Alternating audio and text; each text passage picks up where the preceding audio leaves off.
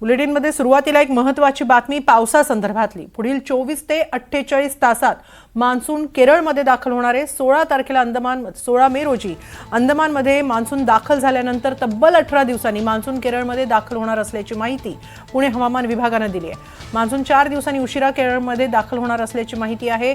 देशात यंदा 86 ते 94% पावसाची शक्यता आहे। महाराष्ट्राला मान्सूनसाठी आणखी काही दिवस प्रतीक्षा करावी लागणार आहे।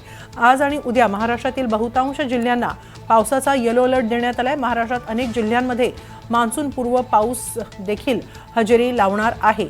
मात्र प्रत्यक्ष मान्सून सुरू होण्यास महाराष्ट्राला बऱ्याच दिवसांसाठी प्रतीक्षा करावी लागू शकते, कारण पुढील 24 ते 48 तासांमध्ये केरळमध्ये मान्सून दाखल होतोय।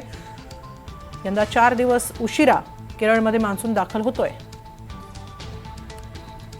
सध्या अरबी समुद्रातले काही भाग त्याचबरोबर बंगालच्या उपसागरामध्ये तो आहे बऱ्याच दिवसांपासून, आणि येणारे 24 ते 48 तासामध्ये केरळमध्ये मान्सूनचं आगमन होण्यासाठी अनुकूल वातावरण आहे।